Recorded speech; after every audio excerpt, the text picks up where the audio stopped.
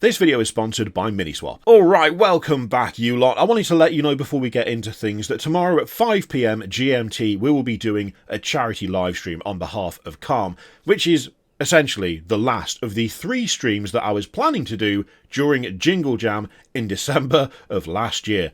I had a horrendous migraine, I wasn't able to finish off the trio of streams, which was gutting, but the thing is, we are going to make up for it at the end of this month. So tomorrow, 31st of January, 5 PM GMT, we are going to be giving away some stuff. We've got the Saturnine box, we've got 2 Horus Heresy Knights in a box, we've got a Spearhead, we've got Farsight, we've got Element Games vouchers. There's a load of stuff. We're going to do a bit of kit bashing, and we are going to give that stuff away. I'm going to set up a separate fundraiser.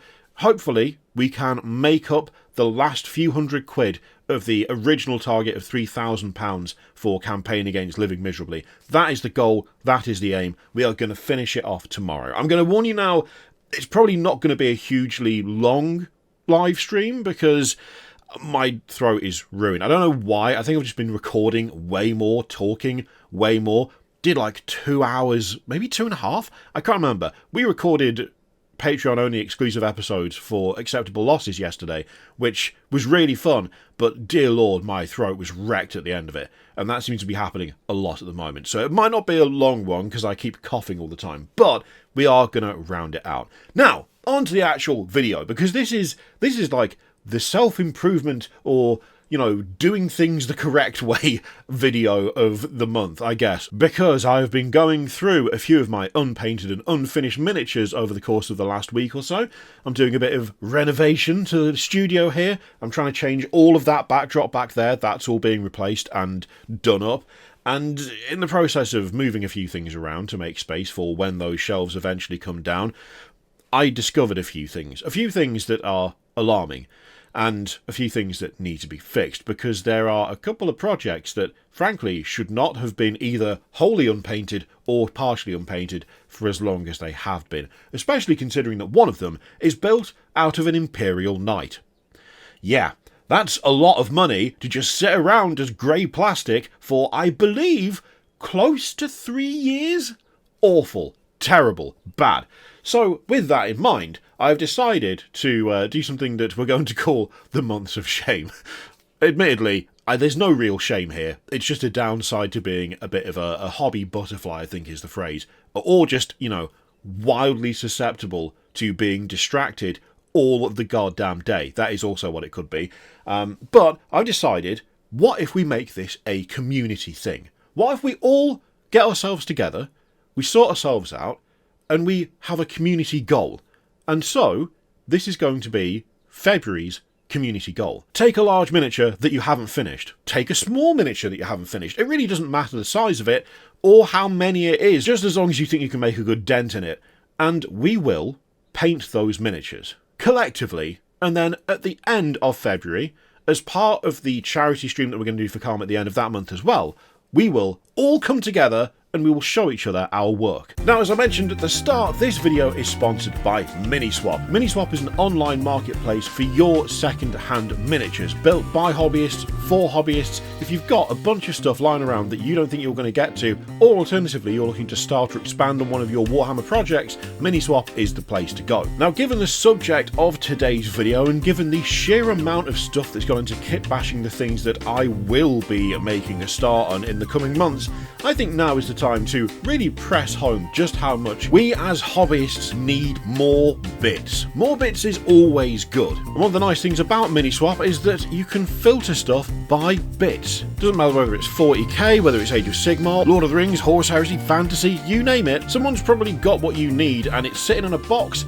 or is fully built and is just waiting to find a new home. The thing is, right now, the bits category is looking a little bit slim, and I know full well a ton of you have got a load of stuff, whether it be in containers or bags, or perhaps still lingering on the sprue, that you're never going to need, you're never going to use, and you could probably do with sending to a new home. So this is my request to you. Sign up to Miniswap using the link in the description or in the pinned comment down below. Doing so will give you 0% seller commission for the first 90 days, and your first order will have free free shipping, get your bits listed. Rifle through your Tupperwares, through your boxes and bags, find the stuff that you know you're never going to need but think that someone else might, and get them up there. Between us we have the power to basically make anyone's ridiculous kit bash dream come true, so let's give it a try. Thank you very much to Miniswap for sponsoring the video, let's get back to it. So, what am I going to be doing for February's month of shame? What am I going to be painting? What am I going to rectify that has been lounging around for ages that I really should have done something with at this point?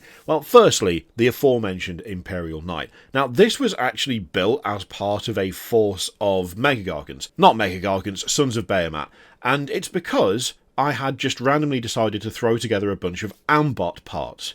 Now, this just came out of nowhere. I had a box of Ambots, I had a bunch of AOS stuff that I wasn't using, that I'd use for other conversions, and I decided, hey, let's make the Ambots tall by stacking the legs on top of each other, and then cover them in fantasy stuff to make sort of like Magitech like constructs, just something fun and different. Essentially, I was building warjacks without really remembering that warjacks were a thing. The funny thing now is that because of talking about the stuff for War Machine, I have actual warjacks to compare them to, which I will say that theirs are a lot more cohesive than my attempts were. But the thing is, I really enjoyed building them to the extent that I just kept making more. I didn't need them for anything. I wasn't using them for anything specific. I just really liked the miniatures that were coming out of these weird kit bash ideas. And so I built like 6 or 7 of them. And painted a good number. But not all of them. Because, as so often happens with this kind of thing, I kind of ran out of steam. I painted a good number, and I was like, yeah, this is fine, I'm happy with this. They weren't super, like, high-quality pro paint jobs. It was literally a case of, I want to have some paint on these so I can work out what I'm going to do with them, and I don't like them just sitting there as grey plastic. I want this to be a cohesive force of something. It was only after consulting like the rest of the community that people were going, well, use them for AOS, use them as gargants, not mega-gargants, the little lads. Little. Use them for that. They're about the right height, that would work really well. That's the only reason that became an actual force that I play Spearhead with as well. But I painted quite a few. I didn't really need to paint anymore. I had as many as I needed. And also, I was starting to get a bit, when I say burnt out, I wanted to make it bigger. This is often my problem. I will do a kit bash, I'll have an idea, and then I'll go, yeah, but how do I make it massive? How do I make it scaled up so it's a ridiculous centerpiece model that is bigger than it needs to be? For examples on the shelves, see all of those Cosmic Horror Mega-Gargants, all of them, and the ones that are directly behind me did exactly the same thing with those as well. I have an issue with scale. If I have an idea, I want to make it the biggest version of that idea, which is not sensible, but it is how my brain works, unfortunately. And so we come to the Imperial Knight, where I was like, well, how do I get these sort of Ambot conversions and make them bigger? Well, there's only really one thing that we can do if we want to make a mega-gargant version of these, and that's build an Imperial Knight version. But then how do you make an Imperial Knight version that doesn't just look like an Imperial Knight? And the result was what you see on the screen before you at the moment. It kind of worked. I actually don't think it's my best work. I think it's a bit too still Imperial Knight, but I wasn't really sure how to do anything about that at the time. I've got a few ideas now that I think I would do differently, but I don't know that going back, tearing a bunch of stuff off, trying to rebuild it, then paint it is the way to go. I think essentially what I need for this personally is a dual factor of closure.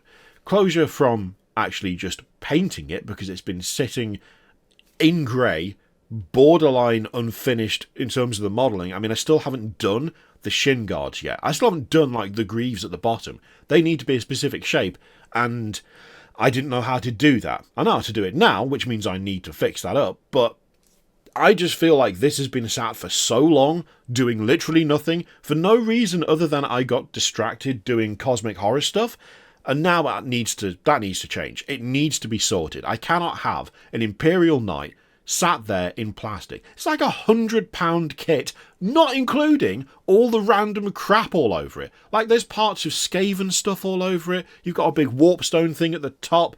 There's the, like, dirigible bit off a Caradron Overlord's frigate or something on there as well.